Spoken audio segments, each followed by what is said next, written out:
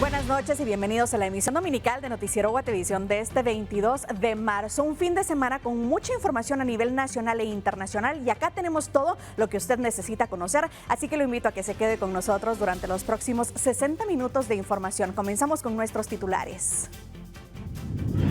De Guatemala para el mundo, Lester Martínez. Historia en el ring. Lester Martínez corona a Guatemala como campeón mundial interino y queda a un paso del título absoluto del Consejo Mundial de Boxeo. Combustibles al alza golpean el bolsillo. Guatemaltecos ajustan gastos mientras crece la sorpresa por precios más bajos en El Salvador. Consumo en transformación. 7 de cada 10 categorías caen en Centroamérica y un nuevo comprador más exigente y estratégico redefine el mercado en 2026. Más de 15,000 cargadores recorren Antigua en una de las procesiones más impactantes de Cuaresma, la de San Bartolomé Becerra, en sus 23 horas de recorrido. Crisis en aeropuertos de Estados Unidos. Trump ordena despliegue de agentes de migración tras renuncias y falta de personal, mientras el bloqueo presupuestal sigue generando caos y demoras crecientes. BTS regresa y paraliza al mundo. Multitudes en Seúl, millones conectados y un nuevo álbum récord marcan el inicio de una gira global histórica.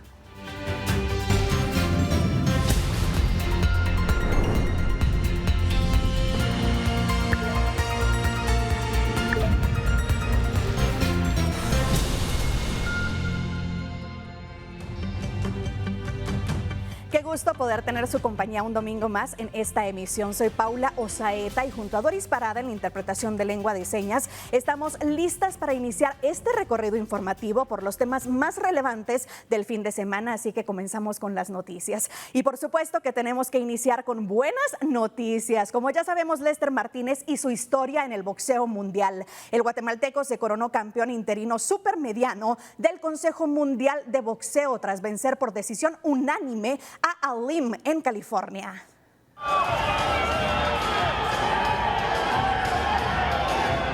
De Guatemala para el mundo, Lester Martínez escribió una noche histórica para el boxeo nacional al coronarse campeón interino supermediano del Consejo Mundial de Boxeo, tras vencer por decisión unánime al estadounidense Emmanuel Alim en San Bernardino, California.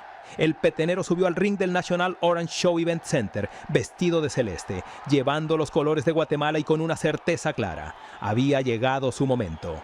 Frente a él, un rival exigente y una oportunidad única que no podía dejar escapar. Lester se siente muy seguro. Qué manos le está metiendo a Alim, que ya se ve fuera de su estrategia, ¿no? Ya pasó ese primer episodio donde comenzó fuerte, donde daba el paso al frente. Ahora por momentos sí se trata de aguantar la mano de Martínez. Desde el primer campanazo, Martínez mostró su plan. Ordenado, preciso y con mentalidad de campeón, comenzó a marcar el ritmo del combate.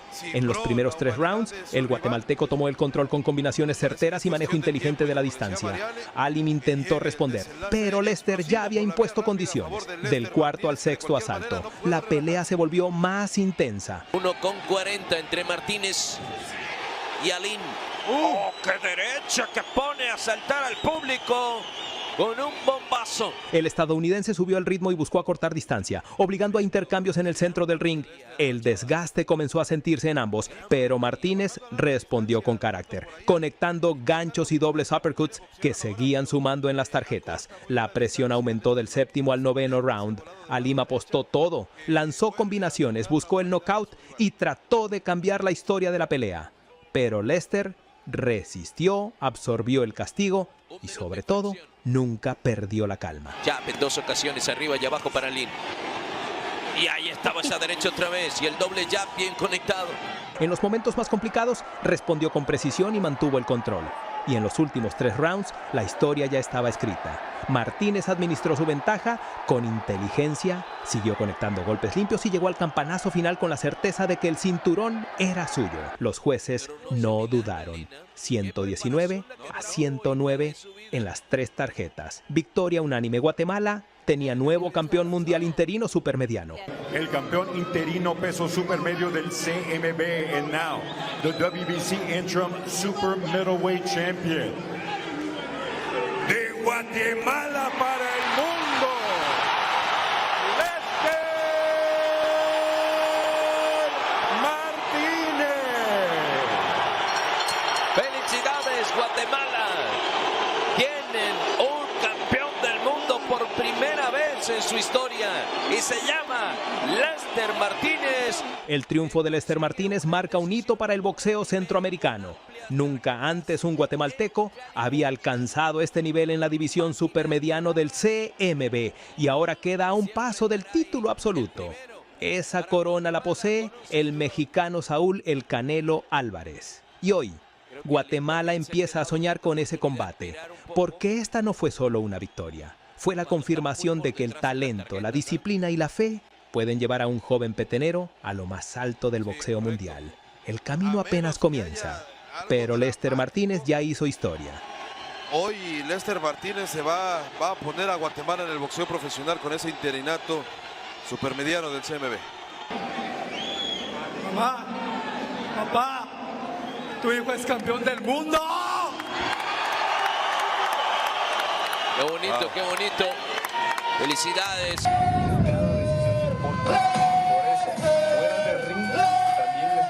Y por supuesto que en Petén la emoción se vivió al máximo con la histórica victoria del boxeador guatemalteco Lester Martínez, quien se coronó campeón interino supermediano del Consejo Mundial de Boxeo tras imponerse por decisión unánime con tarjetas de 119-109.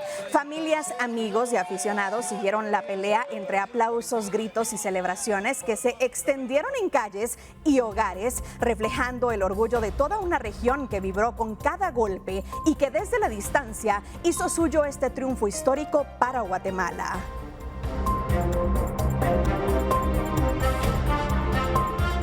Y damos un giro a la información porque en un recorrido realizado por distintas gasolineras de la capital, varios ciudadanos opinaron sobre acciones que están tomando para reducir el impacto por el incremento al precio de los combustibles, aunque también mostraron sorpresa al saber que en El Salvador no ha ocurrido tal incremento. Este domingo 22 de marzo, varias gasolineras ubicadas en zonas principales de la ciudad muestran en sus tarifarios digitales un incremento que en ocasiones sobrepasa los 40 quetzales. Ante esta escalada en los precios de los combustibles, los ciudadanos han tomado distintas acciones para reducir el impacto en la economía familiar. Ya nos empezamos a limitar en cuanto a cosas que empezamos como a priorizar, ¿verdad? Si no es necesario ir a tal lugar, pues no, nos quedamos en casa o cambiar algunos... tal vez que íbamos a comer a algún lugar, ya pues empezamos como a reducir bastante ese tipo de cosas. Para la familia de Jaime, la reducción ocurre en comida y en buscar alternativas de productos más baratos. En las comidas, en dejar de consumir unos productos, en dejar de comprar en ciertos lugares, en buscar lugares más económicos. Para Luis Ramírez, un taxista de profesión, los ahorros se dan en todos los ámbitos familiares. Hay que economizar de todo en la casa. De todo, hasta en gas, a ir al mercado también, hay que ver dónde va a negociar uno al mercado, porque hay partes donde todavía se logra conseguir algo barato y después lo demás, ya ir a un supermercado ya no alcanza. Hubo entre los entrevistados quien afirmó que hay negocios que se aprovechan de esta crisis para incrementar los precios a distintos productos. Porque miramos que ni siquiera es un precio equitativo al incremento, sino que es un abuso de parte de ellos, nosotros definitivamente no regresamos a comprar ahí. Los entrevistados se preguntan por qué en nuestro país vecino, El Salvador, los precios de los combustibles no han variado de la misma forma. Pero El Salvador no ha incrementado precios. ¿Será que a ellos no les afectó la excusa que están dando por la cuestión de la guerra? ¿Verdad? ¿O será que solo a nosotros nos afectó eso? Para Abner Rivera, el incremento de los precios se debe a la especulación y el aprovechamiento de la crisis en Oriente Medio. Y nos han contado la gente de El Salvador que allá no están los precios como están acá, ¿verdad? Que allá pues se han mantenido. Y le digo complicado porque según son cosas que se dicen, que acá fue en función de mera especulación. Esto mismo de los precios más baratos del combustible en El Salvador lo sabe Luis Armando Ramírez. Estaban comentando compañeros que El Salvador está súper más barato, bueno. Pero aquí estamos bien fregados. Aquí para arriba y para arriba, mire, voy ya llego a 40, estaba a 38 antier y voy cada 40 y resto. De acuerdo al portal oficial de la Dirección General de Energía, Hidrocarburos y Minas del gobierno salvadoreño, estos son los precios de referencia para la última quincena de marzo, en donde solo el combustible superior supera los 31 quetzales. Este domingo, en algunas gasolineras de zonas céntricas, el diésel alcanzó más de los 42 quetzales. Reportó para Noticiero Guatevisión, Lot Álvarez. Una difícil situación que nos está afectando a todos. Y mire, ponga mucha atención porque transportistas agremiados a la Unión Nacional de Transportistas Guatemaltecos anunciaron una caravana masiva que ingresará este lunes a la ciudad capital como medida de protesta por el incremento en los precios de los combustibles y por los reductores de velocidad. Las movilizaciones de los transportistas iniciarán desde las 5 de la mañana este lunes 23 de marzo en distintos puntos del área metropolitana, entre ellos el kilómetro 22 de la Ruta al Pacífico en Villanueva, Sanarate en la Ruta al Atlántico, San Lucas Zacatepeques en la Interamericana y la carretera El Salvador. Se prevé que las caravanas ingresen a la capital por rutas principales como la calle Martí, Calzada Roosevelt, Anillo Periférico, Calzada Aguilar Batres y Boulevard Vista Hermosa, con destino final al Congreso de la República y Palacio Nacional, donde podrían concentrarse a partir de las 8 de la mañana. Ante este escenario, la Policía Municipal de Tránsito implementará un plan especial de movilidad desde la madrugada del lunes. Amílcar Montejo, portavoz, informó que los agentes estarán desplegados desde antes de las 5 de la mañana en las principales vías. Detalló que se habilitarán carriles reversibles de forma anticipada y se mantendrá un monitoreo constante del recorrido de las caravanas. Además, los manifestantes deberán circular en el carril derecho para reducir el impacto en la circulación.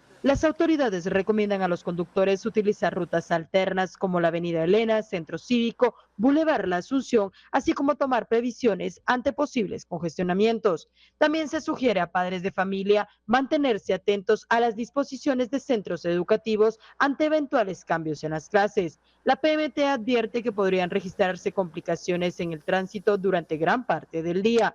Los transportistas agremiados a Unitransa presentan varias exigencias al gobierno en medio de las protestas, entre ellas frenar el alza de los combustibles por el impacto que, según señalan, tienen en los costos de operación y en el precio de la canasta básica. También solicitan reformar la ley del alcohol carburante y derogar la ley de seguridad vial que incluye el sistema de reductores de velocidad, al considerar que son normativas que no se ajustan a la realidad del país y que resultan inaplicables en el contexto actual. También piden la reducción del salario de diputados y exigen la renuncia de autoridades del sector competente en transporte, a quienes señalan de no actuar ante el alza de los precios de combustible. Los transportistas también los acusan de presentar acciones que, según indican, atentan contra el derecho constitucional a la manifestación. La gremial de transporte extraurbano de pasajeros de Gretexpa hace un llamado a los transportistas a abstenerse de las manifestaciones, asegurando que se están realizando negociaciones con diputados. Reportó Andrea Domínguez. Y este domingo el Ministerio de Educación emitió un comunicado en relación a las posibles dificultades de movilidad que podrían haber este lunes, indicando que los padres, madres o encargados podrán decidir si estudiantes asisten o no a los centros educativos. Resaltaron que esta medida aplica únicamente para este lunes 23 de marzo en todos los centros educativos, públicos, privados, por cooperativa y municipales. Para cualquier información adicional, recomiendan mantenerse atentos a los canales oficiales de la cartera educativa.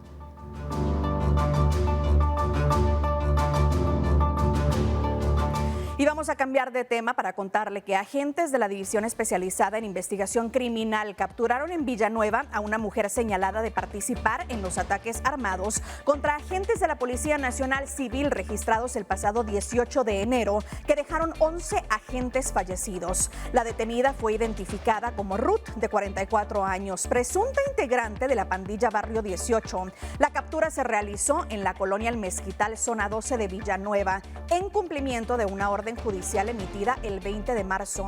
Según las investigaciones, es señalada por los delitos de asesinato en grado de complicidad, asociación ilícita, obstrucción de la justicia y simulación de delito. Las autoridades indicaron que las investigaciones continúan.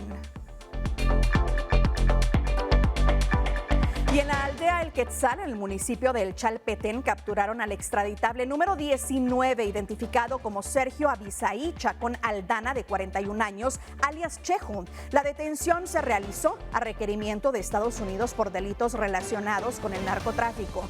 Durante el operativo, las autoridades le incautaron una pistola, 3 tolvas, 46 municiones y 2 teléfonos celulares. Según la acusación, es señalado de conspiración para distribuir sustancias controladas con conocimiento de que serían importadas ilegalmente hacia los Estados Unidos. Y le cuento que la Cámara de Amparo y Antejuicio de la Corte Suprema de Justicia confirmó la libertad del periodista José Rubén Zamora Marroquín tras resolver 2 amparos relacionados con las medidas sustitutivas otorgadas a su favor. Los magistrados resolvieron acciones planteadas por la defensa para mantener esas medidas. En el primer amparo, ratificaron lo dispuesto por el Tribunal Noveno de Sentencia, que había otorgado las medidas sustitutivas.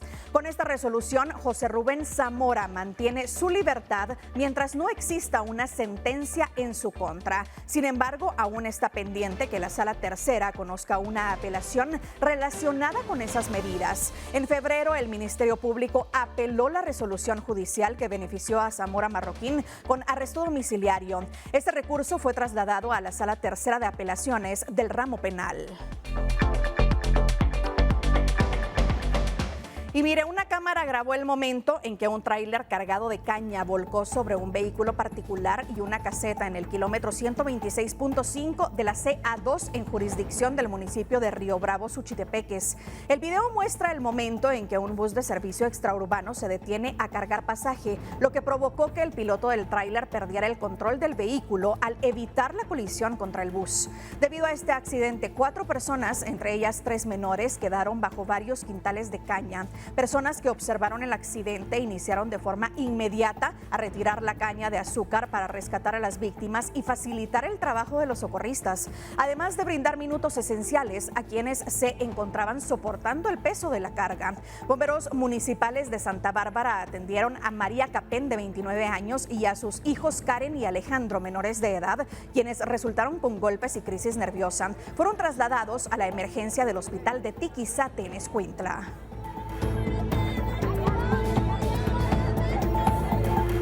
Y mire, este fin de semana se registraron distintos sucesos que dejaron varios fallecidos, heridos y daños a la infraestructura vial. De acuerdo con distintas instituciones de bomberos y entidades reguladoras de tránsito, veamos. Bomberos municipales informaron que este sábado 21 de marzo atendieron un accidente de tránsito ocurrido en el Boulevard El Naranjo y 24 Avenida, zona 4 de Misco, donde un hombre de 22 años fue trasladado con múltiples heridas al Hospital General San Juan de Dios. El vehículo involucrado quedó destruido, especialmente en la parte frontal. En otro percance, los socorristas municipales informaron que 2 motoristas se accidentaron en la calzada Roosevelt y 35 Avenida, zona 7. En el lugar murió un hombre de aproximadamente 25 años y otro fue trasladado al Hospital Roosevelt en estado delicado debido a las heridas de gravedad. Mientras tanto, bomberos voluntarios reportaron que durante la noche de este sábado 21 de marzo, una persona falleció luego de un accidente de tránsito ocurrido en la calzada Aguilar Batres y Séptima Calle de la zona 12. En este hecho, los socorristas utilizaron un equipo especial para extraer el cuerpo sin vida de la parte delantera del vehículo. En otro suceso, una persona resultó herida luego de ser atacada con arma de fuego cuando viajaba con su vehículo en la avenida Bolívar y 40 Calle de la zona 3. Bomberos voluntarios trasladaron a la persona al Instituto Guatemalteco de Seguridad Social de Accidentes. Bomberos municipales departamentales informaron que este domingo 22 de marzo, un motorista falleció durante un accidente ocurrido en el kilómetro 30.5 de la ruta interamericana hacia Occidente, en San Bartolomé Milpas Altas, Zacatepeques. En el lugar también se atendió a otro motorista con lesiones menores. 2 hombres fallecieron dentro de un comercio dedicado a la venta de bebidas alcohólicas luego de ser atacados a balazos. El hecho ocurrió este sábado en la colonia El Eucalipto, El Tejar, Chimaltenango.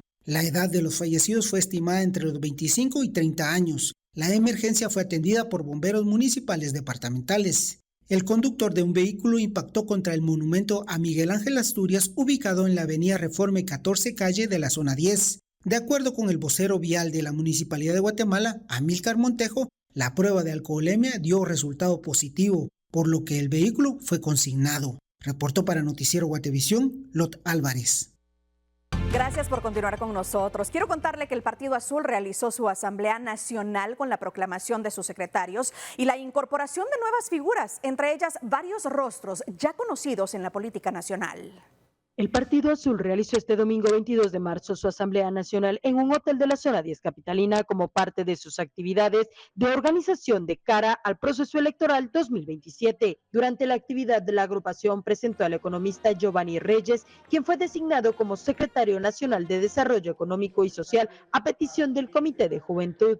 Según integrantes del partido, Reyes podría integrar el binomio presidencial junto a Jorge Gramajo para las próximas elecciones generales. Es mi primera participación en estos temas, sí, ¿verdad? Nunca he estado conformado, es la primera vez que estamos en mi persona pues conformando un partido y pues en la medida de lo posible esperaremos hacer todo lo mejor posible. Reyes explicó que entre los planes del partido está el fortalecimiento del proceso de afiliación en los próximos meses. También aseguró que las acciones de la agrupación se desarrollarán dentro del marco de la legalidad y con respeto al Tribunal Supremo Electoral. El respeto a la situación de la legalidad, porque la legalidad representa, digamos, el acuerdo, los grandes acuerdos sociales en que los diferentes sectores de la población han llegado a coincidir para una normativa dentro de nuestra vida social, económica, cultural, política. Durante la asamblea se observó la presencia de diputados y exdiputados que ahora integran el Partido Azul, entre ellos César Dávila, electo por el Partido Bien y actualmente diputado independiente en el Congreso. También participaron Jean-Paul Brier, exdiputado del Partido Todos, Odi Cuellar, exdiputada del Partido Patriota, Otto Javier Castillo, ex candidato a la alcaldía de Villanueva, y Pablo Leal Oliva, ex magistrado suplente del Tribunal Supremo Electoral. El gran ausente en la actividad fue el expresidente del Congreso y actual primer vicepresidente legislativo, Neri Ramos, electo diputado por Jutiapa con el Partido Azul en las elecciones de 2023. Con imágenes de Byron Baiza, informó Andrea Domínguez y Carlos Gómez.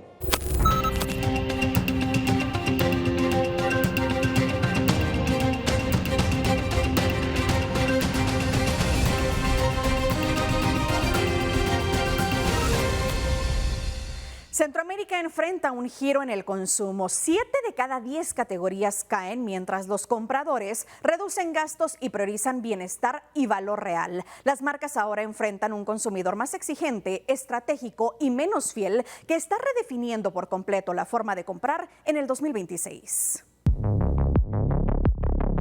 Centroamérica está atravesando una transformación profunda en la forma de consumir y los datos del Consumer Insights de Numerator lo confirman. 7 de cada 10 categorías de consumo masivo registran caídas en volumen, marcando no solo una desaceleración, sino un cambio estructural que redefine por completo el comportamiento del shopper en 2026. Lejos de ser una simple reducción del gasto, lo que se observa es un consumidor mucho más analítico que ha dejado atrás las compras por costumbre. Tras un 2025 caracterizado por presiones económicas y presupuestos ajustados, hoy las decisiones de compra pasan por un filtro más exigente. Cada producto debe justificar su valor. El resultado es claro. Se compra menos, pero con mayor intención y criterio. Este nuevo consumidor ya no se guía únicamente por marcas o hábitos arraigados. Ahora prioriza el bienestar y el valor real, ajustando la frecuencia de compra, reduciendo tamaños y replanteando por completo su canasta.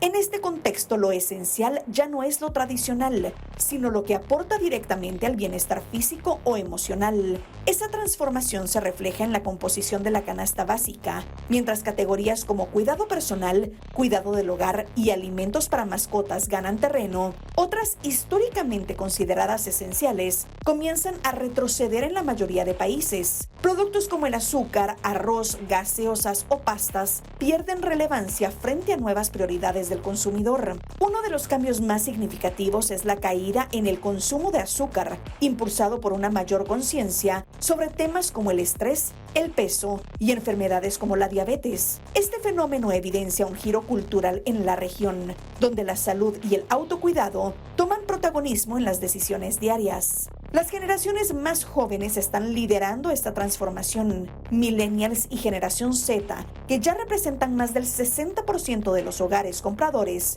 impulsan tendencias enfocadas en el bienestar integral, la salud mental, el consumo consciente y el vínculo con sus mascotas. Su influencia está redefiniendo qué se compra y por qué.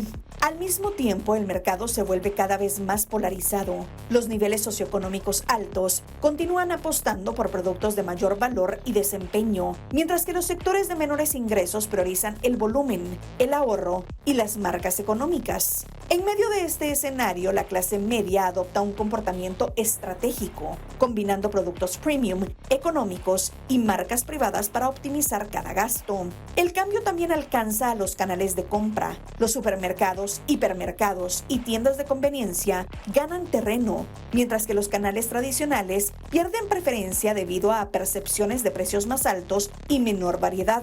Incluso en formatos mayoristas, el consumidor está abandonando las compras en grandes volúmenes, optando por presentaciones más pequeñas y manejables. Hoy, elegir dónde comprar se ha convertido en una decisión racional basada en eficiencia, disponibilidad y propósito. Si un canal no ofrece valor tangible, pierde relevancia en la mente del consumidor. Este nuevo escenario plantea desafíos claros para marcas y comercios. El bienestar deja de ser una tendencia para convertirse en un requisito básico. La competencia ya no se define por categorías, sino por el valor percibido en cada producto. Y sobre todo, la relevancia se convierte en el factor decisivo. Estar disponible en el mercado ya no garantiza formar parte de la canasta del consumidor. Centroamérica entra así en una etapa más exigente, donde el shopper es más consciente, selectivo y menos tolerante a propuestas que no aportan valor. En 2026 cada producto deberá ganar su lugar, porque el consumidor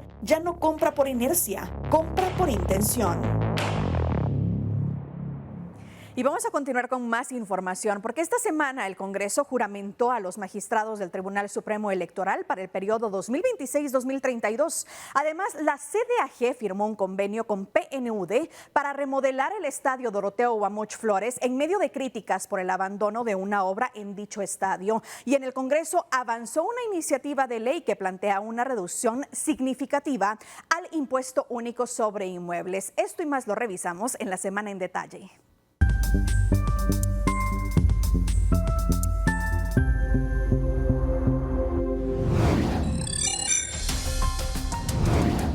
El Congreso de la República juramentó a los nuevos magistrados titulares y suplentes del Tribunal Supremo Electoral, quienes estarán al frente del órgano electoral durante el periodo 2026-2032 y tendrán a su cargo la organización de los próximos 2 eventos electorales generales. Las nuevas autoridades asumieron funciones oficialmente el 20 de marzo cuando se realizó el acto de toma de posesión en la sede central del TSE. Durante los 6 años de gestión deberán planificar, coordinar y ejecutar las elecciones generales programadas para 2027 y 2031. Previo a la juramentación, el Congreso conoció y aceptó las renuncias de algunos de los magistrados que ocupaban cargos en el organismo judicial, requisito necesario para asumir el nuevo puesto dentro del ente electoral. El Congreso de la República aprobó el decreto que deja formalmente integrada a la nueva Corte de Constitucionalidad de Guatemala para el periodo 2026-2031. Aunque la fecha de juramentación de los magistrados aún no ha sido definida, la decisión fue aprobada de urgencia nacional, tras recibir las designaciones de los 5 órganos que eligen a los integrantes del máximo tribunal constitucional del país. El decreto enumera a los 5 magistrados titulares y sus suplentes, quienes serán los encargados de resolver acciones de amparo e inconstitucionalidad durante los próximos 5 años. La nueva Corte debe asumir funciones el 14 de abril de 2026, por lo que se espera que en los próximos días se defina el acto oficial de toma de posesión.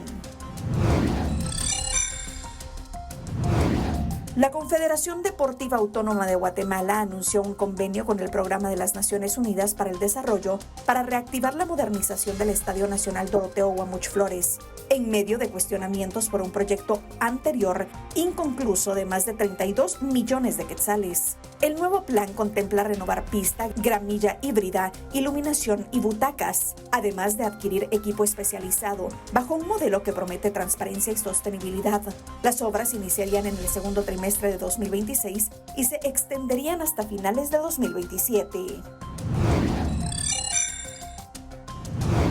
Los precios de los combustibles continúan al alza en Guatemala y el diésel ya supera los 40 quetzales por galón en algunas regiones del país. Según monitoreos recientes en las últimas semanas, los combustibles han registrado incrementos de hasta 3 quetzales en gasolinas y casi 5 quetzales en diésel, lo que confirma una tendencia sostenida al alza. Ante estas variaciones, el Ministerio de Energía y Minas informó que ha trasladado 87 denuncias a la DIACO y 79 al Ministerio Público por posibles irregularidades en los precios en expendios de combustible. El incremento ya comienza a impactar el comportamiento de los consumidores y autoridades de tránsito prevén una reducción en los viajes como medida de ahorro por parte de la población. El MP no descarta persecución penal por el delito de especulación por alza en los precios del combustible.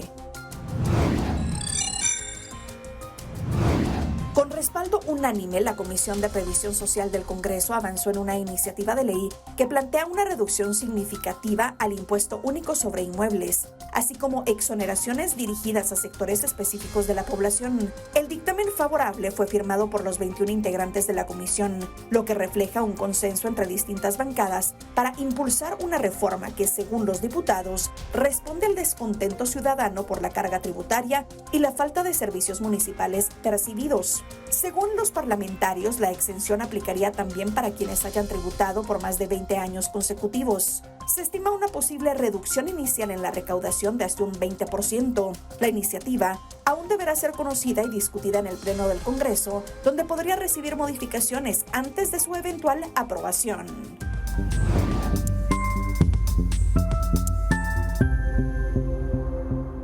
Y es momento de que demos juntos un repaso por esos hechos que ocurrieron en el mundo esta semana y que se convirtieron en noticias virales. Esto es Mundo Insólito.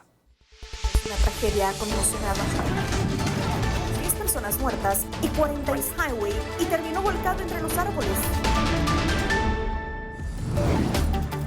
En China, la tecnología da un paso sorprendente. Robots humanoides ya realizan sus primeras pruebas para participar en la media maratón de Pekín. Durante un ensayo general, estas máquinas pusieron a prueba su resistencia y movilidad, marcando un avance que abre la puerta a nuevas formas de integrar la inteligencia artificial en eventos deportivos.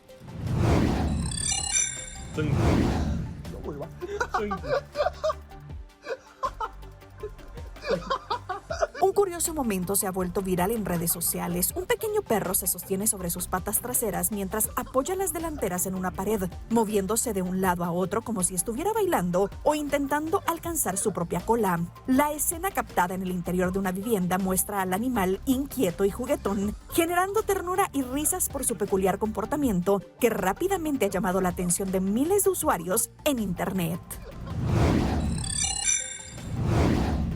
El macaco japonés Punch vuelve a causar sensación en redes sociales, esta vez por su cercanía con Aiko, otra macaca con la que comparte espacio. Las imágenes y videos de ambos han generado una ola de comentarios donde usuarios aseguran en tono humorístico que el popular primate ya tiene novia. Punch ya se había ganado el cariño del público por su historia de adaptación y ahora esta nueva etapa junto a Aiko ha reavivado el interés y la ternura de miles de internautas.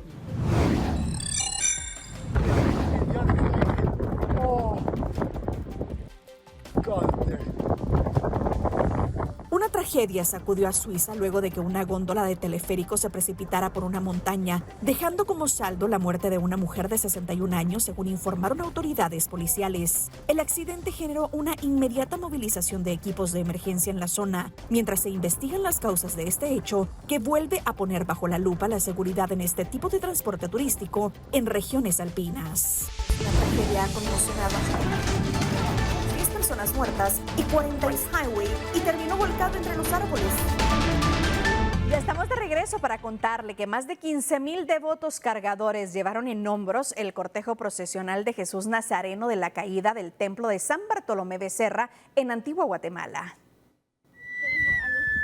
La consagrada imagen de Jesús Nazareno de la Caída y la Virgen María de Dolores del Templo de San Bartolomé Becerra realizaron su emblemático recorrido este quinto domingo de Cuaresma. Los vecinos de la ciudad colonial realizaron vistosas alfombras a lo largo del recorrido. La alegoría del anda fue basada en el libro del Éxodo, recordando cómo la vida de Moisés estuvo guiada por la mano de Dios, ya que fue a él a quien le fueron entregadas las tablas de la ley, como un pacto entre Dios y su pueblo, para luego culminar con la apertura del Mar Rojo, que simboliza la liberación del pueblo de Israel. Y fue llevada en hombros por alrededor de 15,000 devotos cargadores. Estamos muy contentos porque nuevamente Jesús de la Caída ha cruzado el dintel de su templo, que pequeño en infraestructura pero grande en el amor de miles y miles de personas que llegan a la Jerusalén de América para presenciar este imponente, majestuoso y suntuoso cortejo procesional que año con año, cada quinto domingo de Cuaresma, reúne a propios y extraños del país. Todas estas sagradas imágenes que hoy nos recuerdan la pasión dolorosa de nuestro amado Jesús, pero Él que también nos invita a que después de cada caída podamos levantarnos. Al cortejo procesional de Jesús Nazareno de la Caída lo acompañan miles de cargadores provenientes de distintos puntos del país, y es que su recorrido es uno de los más largos, puesto que el anda llega a San Bartolomé Becerra 23 horas después de su salida. Reportó para Noticiero Guatevisión, Emi Sánchez.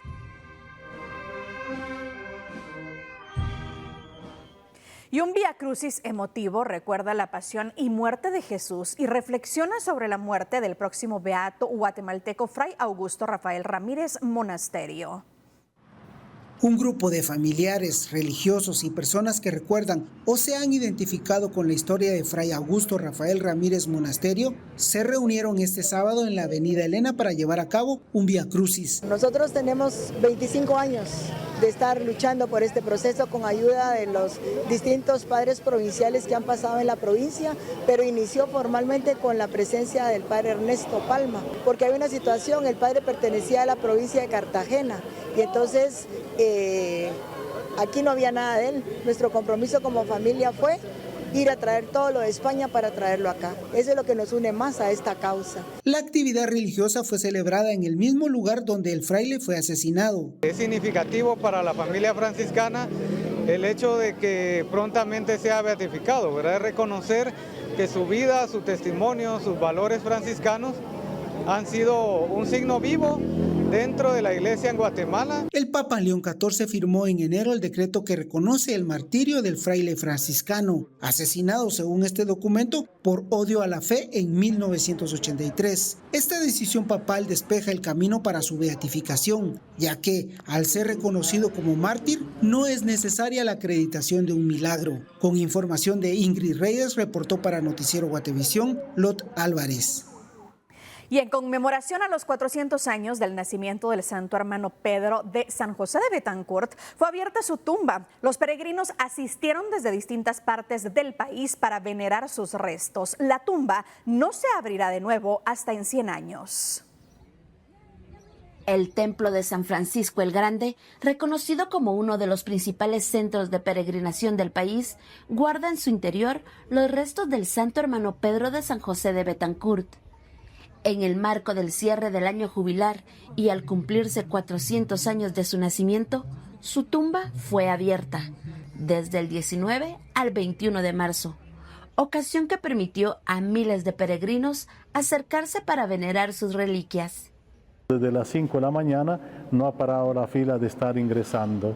Hay personas que se conmueven mucho, se impresionan cuando están frente al hermano Pedro viéndolo tal y como es.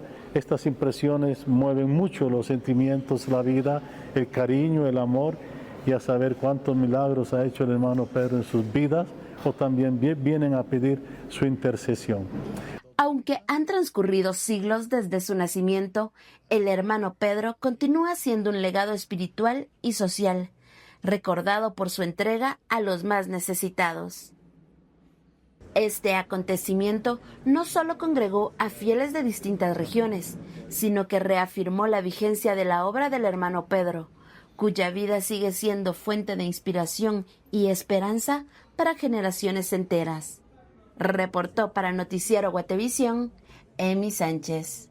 Es momento de repasar lo que sucede en el mundo. La tensión en Oriente Medio se intensifica tras el ultimátum de Estados Unidos a Irán para reabrir el estrecho de Hormuz en 48 horas bajo amenaza de ataques a sus centrales eléctricas. Teherán respondió advirtiendo que podría destruir infraestructuras clave en la región y cerrar completamente esta ruta estratégica por donde transita gran parte del petróleo mundial. El cruce de amenazas ocurre en medio de una guerra que ya impacta la economía global con alza en los combustibles y riesgo de mayor inflación. Mientras tanto, continúan los ataques entre Israel, Irán y sus aliados, dejando víctimas, daños a infraestructura y aumentando el temor de una escalada mayor en la región.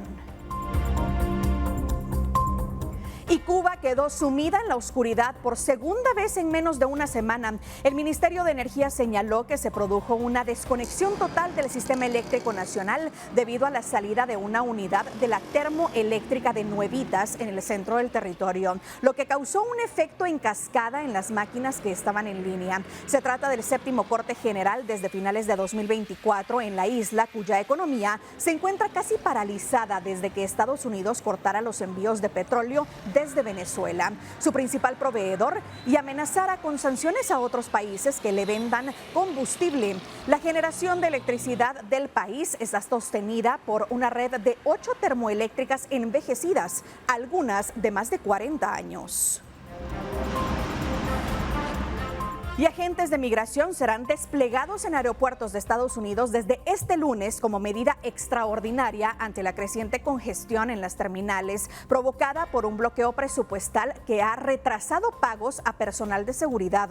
El anuncio fue realizado por el presidente Donald Trump mientras autoridades trabajan en un plan que incluye el traslado de agentes de ICE para reforzar la seguridad sin asumir funciones para las que no están capacitados.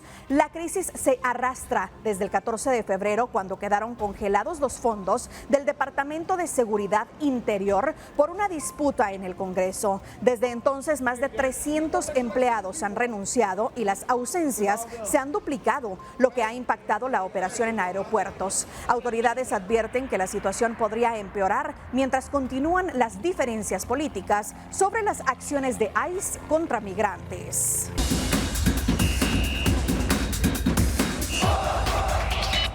Ya estamos de regreso con información deportiva. La Liga Nacional sigue al rojo vivo en el Clausura 2026 con partidos llenos de emoción, goles sobre la hora y resultados que mueven la tabla. Así se vivió la jornada más reciente con un duelo que se robó todas las miradas. Los detalles a continuación con Kevin Gordillo.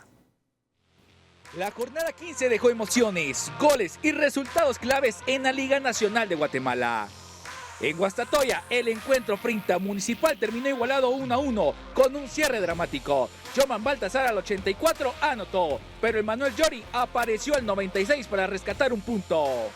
Mientras tanto, Mictlán consiguió una victoria sólida como visitante, tras vencer 2-0 a Chuapa. Sebastián Colón fue la figura del partido con un doblete marcando al 21 y al 67 para asegurar los 3 puntos. Ahora, el partido que se robó las miradas fue el duelo entre Comunicaciones y Xelajú MC, un encuentro cargado de intensidad y goles. Los cremas abrieron el marcador al minuto 41 con anotaciones de Dairon Reyes tomando la ventaja en casa y controlando la gran parte del primer tiempo. Sin embargo, en la segunda mitad los superchivos reaccionaron con carácter. Jesús López apareció para marcar el empate. Xelajú no bajó la intensidad y logró darle la vuelta al marcador gracias a Jorge Aparicio, quien puso el segundo gol que silenció al estadio. Pero no conforme, ya en la recta final Jarín Quesada sentenció el partido con el tercer tanto, asegurando una victoria contundente como visitante. Una jornada que dejó claro que la pelea en el Clausura está más viva que nunca, con equipos que no bajan los brazos y partidos que se definen hasta el último minuto. Para Noticiero Guatevisión, Kevin Gordillo.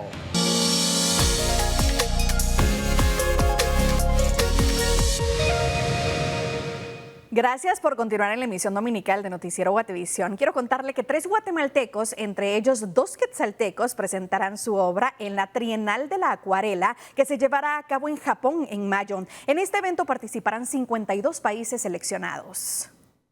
Las pinturas de 3 artistas guatemaltecos fueron seleccionadas para ser expuestas en la Trienal de la Acuarela en Kobe, Japón, donde participarán artistas de 52 países.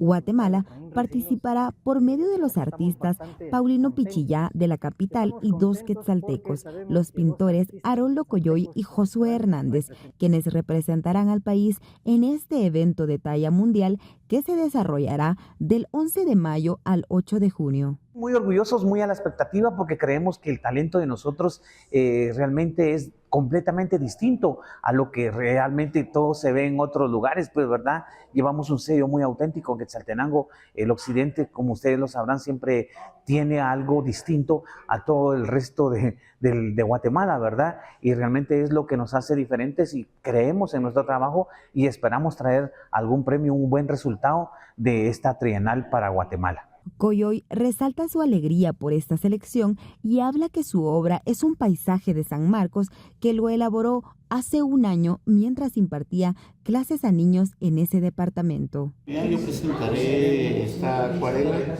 realizada en San Marcos durante una demostración de acuarela que hice allá a diferentes artistas y alumnos de la ciudad de San Marcos. ¿Cómo se llama esa obra? Este es un lugar que me dijeron que se llamaba Las Cristalinas y desde esa parte fue bajando hacia el centro de San Marcos. En la exposición se podrá apreciar más de 250 obras de arte que fueron seleccionadas de 600 postulaciones a nivel mundial, reportó Lucero Zapalú. Así llegamos al final de la emisión dominical de Noticiero Guatevisión. Gracias por habernos acompañado. Les recuerdo que puede seguir manteniéndose bien informado en nuestras plataformas digitales y, por supuesto, en nuestras diferentes emisiones. Nosotros lo esperamos el próximo domingo a las 20 horas con más noticias.